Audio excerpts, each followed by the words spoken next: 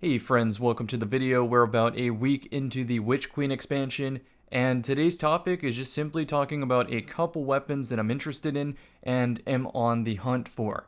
The first is maybe the most obvious because it power crept the Palindrome hand cannon. This one is the Cantata 57, which has the very lethal perk combo of opening shot for more accuracy and aim assist on the first shot, and Eye the Storm, so as you get damaged, you get more accuracy. So this gun is juiced when it comes to aim assist and accuracy, as well as some pretty decent base stats to boot. Comparatively, I tried to use an annual skate last season to get a similar thing, but this Cantata just blows it out of the water, mostly because this right here, the Suro Synergy perk. Reloading grants this weapon bonus handling and reduces incoming flinch for a short time, and taking a lot of flinch loses gunfights, therefore this is maybe one of the strongest perks possible. The role that I got so far is Hipfire Grip, which is honestly my first choice, even over Eye of the Storm, but I can't deny how good Eye of the Storm is. I'm just a Hipfire-centric player. Also, because of this Suro Synergy perk, if you roll something like Tac Mag instead of Accurized, it may even be better to run Tac Mag, or may even be better to get a Reload Masterwork, because it helps you upkeep the Suro Synergy perk, which in a way kind of helps you win gunfights, maybe more than Accurized rounds might help you land a 3-tap at a distance. Food for thought. But while the Cantata has a lot of perks to try to sift through, and it's in the world loot pool, so it's kind of hard to find in the first place. I'll talk about a farm for that in a second. But the fact that Suro Synergy is tied to reload means that it's really difficult to strike out on a bad roll as long as you have the main perk 1 and main perk 2 correct. I should also mention that this gun power creeps Palindrome. This is a near perfect Palindrome. I think Thresh has lost a lot of value after these super changes. You could argue that maybe it gives you more value, but the fact that you gain super based on your damage in and not necessarily kills makes Thresh not very important for me. For Thresh to be beneficial, I pretty much have to be putting in minimal damage in fights and always getting the final blow, which just isn't realistic. Sure, if I'm using something like Spectral Blades, Thresh will make the difference for catching up, but in today's super economy, I think bubbles feeding other people's supers means that other teams are probably going to have supers first regardless of if I had Thresh or not, using something like Spectral Blades. If I use this on bubble, I'm probably not even going to notice a difference. I'd rather use a perk that gives me some impact, like, give me a sec to pull this from Vault. The Palindrome. This one has high impact reserves, quick draw, ricochet rounds, arrowhead break, and unfortunately a stability masterwork. I was really hoping that this would be a range masterwork, but now comparing it to all the other options, I'm kind of glad I have this exact role. Compared to the Cantata, this does something that it cannot, which is high impact reserves might be the difference maker between perfectly 3-tapping an overshielded Guardian if they're sundered. It might make the difference between range drop-off and that sort of thing. So Palindrome is still very valuable, and you should still grind for it if it comes up, mostly because it's a focused farm, or at least a more focused farm, than rolling the dice on Cantata. Whereas if you just play the game, eventually this hand cannon will drop, and maybe it will be good. So that's the first gun out of the way because it's maybe the most important, most power crept weapon. Hand cannons are the best weapons in Destiny, always have been, and probably always will be. So that's why this is mentioned first. Complementary to hand cannons, the next gun to talk about is the Ragnhild-D. Not going to try to pronounce that correctly. What sets this one apart is 16 zoom. And I think since it has more zoom than the standard shotgun at 12, I go for full choke, just to make sure that that one-hit kill distance can push as close to 10 meters as I can possibly get it. I think 9 is the comfort zone, and 10 nearly never happens, but with the right damage booster, with the right amount of chip damage, I think full choke will make that 10-meter cleanup consistent. So I go Accurized rounds to help with the cleanup, help the range drop off, go for perpetual motion, specifically the enhanced version, so it, I think, activates faster, but helps with handling. Remember, I'll be using the quick charge mod on my gloves. There it is. To give me plus 25 to the handling stat. So you combine 25 plus 46, right?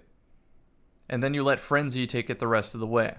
Yes, Elemental Capacitor on Arc is definitely the way to get a base 91 handling, which means when Perpetual Motion starts activating, you don't even need Quick Charge. It's going to be very fast. The problem is, I don't always play an Arc subclass, and if I do play an Arc subclass, I'm using Gemini Jesters anyway. And so the thought process is, if I'm using Gemini Jesters anyway, which is an exotic where if I dodge, it takes away the enemy's radar, but also does 1 damage to them through the wall, it helps upkeep Frenzy. And that 15% damage increase on already the best archetype of shotgun, aggressive frame, means that the overall consistency of this shotgun is probably the best pellet shotgun in the game. And I don't necessarily need Gemini Jesters to upkeep Frenzy. I feel like Frenzy matches my tempo of play. I made a video on this that elaborates further on it, but essentially, I do nothing special and this perk just activates, and the fact that it activates means the gun is more consistent. And I'm not going to try to activate Frenzy just for the handling benefit. I'm going to try to do other stuff like use Ophidians, Perpetual Motion, or Quick Charge to get the handling to just good enough levels. The next gun completely changes the way I approach Titan because of Hipfire Grip. This is a combat bow precision frame called Under Your Skin. You get it from Psyops, I believe. Did I mention where they get the Ragnhild? I don't know. I just kind of played the campaign and it appeared. It was maybe the first weapon that was craftable. Coincidentally, also the one I wanted most. So now let's talk about this bow. You get it from Psyops. What makes it special is Hipfire Grip, specifically for playing Titan with an exotic called Lion Rampant, which provides additional aerial mobility, maneuverability, and enables accurate hipfire, that's the important part, while you're in the air during lift. If you try to aim down sights on a Titan while using a bow, while jumping, it just doesn't work. The only way you can get this is for some reason playing Hunter. Hunter is allowed to aim a bow down sights, pull the string back, and jump at the same time. All of the Warlock subclasses except Top Tree Dawnblade cannot do that. And Titan cannot do that under any circumstance except for Lion Rampant. So that is what makes this special to me. Also, we just got Void 3.0, so Titan has a very fast charging super in the form of a bubble. Where did I place this? There we go. So since the bubble charges very fast, and I can use Lion Rampant with a hipfire bow to accurately hit headshots, that means I can use Aegir's Scepter, the stasis trace rifle, right here, to clean up the bow. And a final blow from Aegir's Scepter has this slowing effect in a very, very small radius that does come up in games, but more importantly, this gun allows me to hold the reload button while I have a supercharge, and it takes some of my super energy away to overpower this gun. It essentially turns into Chaos Reach the gun, and I just think that's such a fun way to play, a way that I prefer to play, that I want this bow just to enable it on something other than Top Tree Dawnblade and Hunter. Top Tree Dawnblade is also a pretty slow super, so considering how quickly I get a bubble, I'll pretty much have Aegir's Scepter up the entire match. And the worst part about all this, I guess for the enemy team, is that I prefer to hipfire the bow to begin with. I don't even like aiming down sights with them. I don't know what the final perk I would go for here is. Opening shot seems like the no-brainer, especially the enhanced version, which, by the way, enhanced hipfire grip is the way to go. If this is offered on any gun that exists ever, I'm going enhanced hipfire grip, no questions. Look at Explosive Head. The enhanced benefit says it increases accuracy. And if it increases accuracy already, and I'm getting 15 aim assist from the hip for just using hip fire, on top of a helmet targeting adding 10, making this 80, then plus 15, 95 aim assist, all opening shot is doing for me is an extra 5 aim assist, some accuracy, and then making the cones a little bit easier to manage, if you understand what I mean there. Just oversimplifying this for sake of a video. So anyhow, I don't know if opening shot is worth it if I'm already using hip fire grip. Maybe explosive payload is the way to go. Maybe successful warm-up is the way to go. I just don't know. Also, with successful warm-up, I will be swapping to Aegir Scepter very frequently, so I'm probably not getting kills with this bow. I'm assuming that you have to get a kill with the bow in order to proc this perk and that it's not the other weapon. Anyhow, I'm very tempted to go explosive head just because of how jarring it is and how useful it can be to tag people around cover. So that's another thing I'm on the hunt for. The next weapon comes from the Crucible.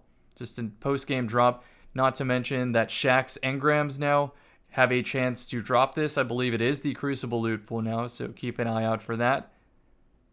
The perk worth mentioning is Elemental Capacitor for two different reasons.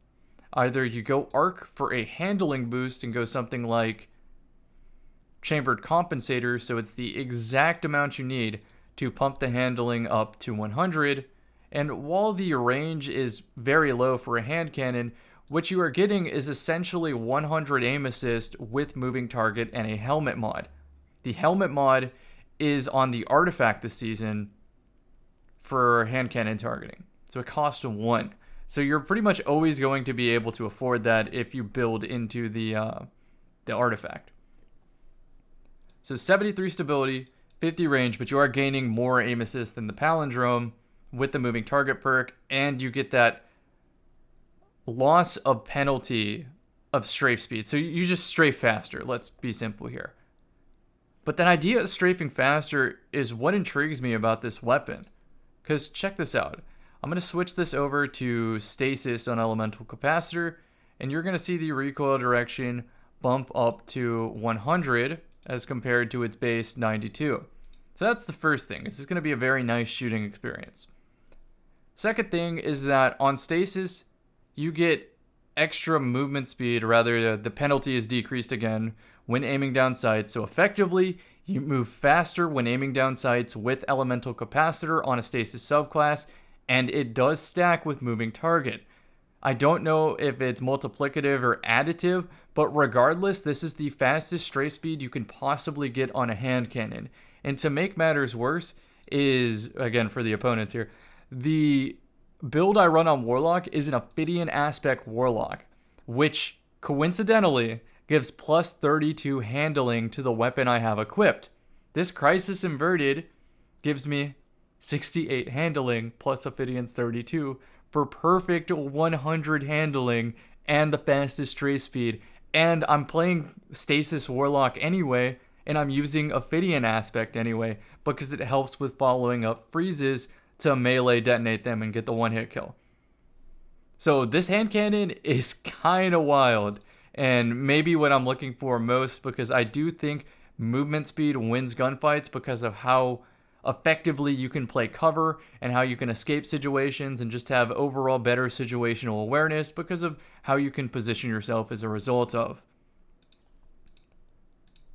The next two weapons are just simply for fun and nothing else. I don't necessarily know if this is going to be a competitive role or even a good weapon, but they're there, they're craftable, and at any point in the future, if they get buffed or nerfed, I could just reforge them for a more effective perk. So it's not going to be total wasted vault space, just making something for fun. And at the end of the day, we play this video game for fun. This is Father Sins. Very appropriately named weapon.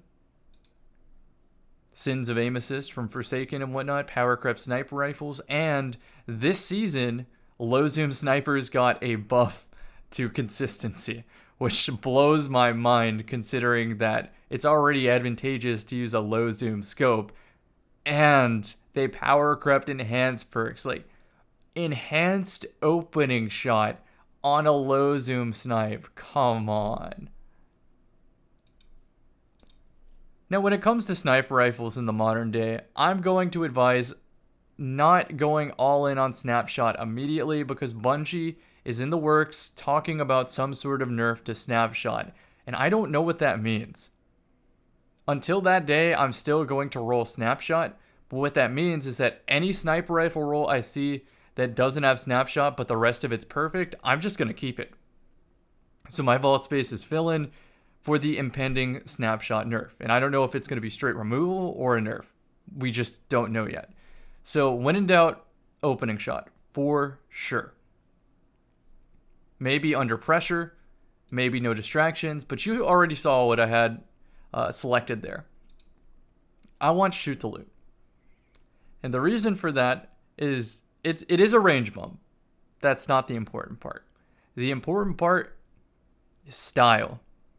Honestly, just pure fun and style. I want to dome somebody by quickscoping them, then see the green brick of special ammo pop out of their body. Then I want to shoot the green brick out of the air to yoink it from their teammates, and just, it looks cool. It feels so gunslinger to do. Like, imagine this kind of setup where you have sniper rifle scavenger. You open the lane, you peek, you hit a headshot, you snipe the special brick out of the air, you throw a trip mine into the air, you last word it out of the air, you switch back to the sniper rifle, clean them up with the body shot, shoot the brick again out of the air. Like, the possibilities are endless. And I know that doesn't sound practical or even possible, but it's the fact that it maybe could happen that makes me want to try it just for fun. And that's part of the reason to improve at these games. It's just to unlock your own personal ceiling and chase that. It's fun to do. So if I ever hit this clip, you know damn well it's going on the channel. And if you ever hit this clip, feel free to tag me on Twitter or something. Good luck. It's not going to be easy. The final weapon that I am interested in hunting is maybe the least what's the word? It doesn't stand out. It looks like the most meh of all the offerings. This is the Come to Pass auto rifle. There's probably better auto rifles that exist, but what piqued my interest is this is an arc element with the Golden Tricorn perk. So Golden Tricorn kind of functions like Rampage. After the first kill, you get a damage buff, right? It's a damage buff. But then if you get an ability kill while that damage buff is active, your damage bonus is cranked all the way to 50%. So this essentially turns into Chaos Reach the Gun, Aegir Scepter Jr., just for landing an arc ability kill after you get a gun kill. And considering how much I like the Flux Grenade on Arc Strider, I feel that this is going to come up very often. The only thing that could have made this gun better for me, and maybe an immediate mention at the start of this video, would have been if it had Threat Detector to synergize with the Gemini Jesters. But there is another gun that comes to mind when talking about this overall build, and that is the Fortissimo shotgun, which does have Threat Detector, and it has Adagio, so after a kill, you can body shot people. Just that simply.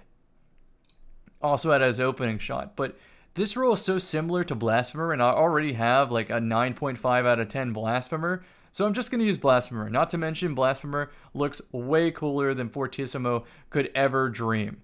So Come to Pass auto rifle is a high impact auto with my preferred 16 zoom, just a preference there, muscle memory type thing, with perpetual motion to help me get some much needed handling so the auto rifle doesn't feel like garbage. I want to show y'all the Blasphemer. Y'all think I'm capping? No. Check this out. Search in dim. Blasphemer. First, look at my character, right? Watch the light fade to dark. Equip the darkness subclass. Yeah, wield the powers of the ice, baby. Then check this out. Icicle shotgun.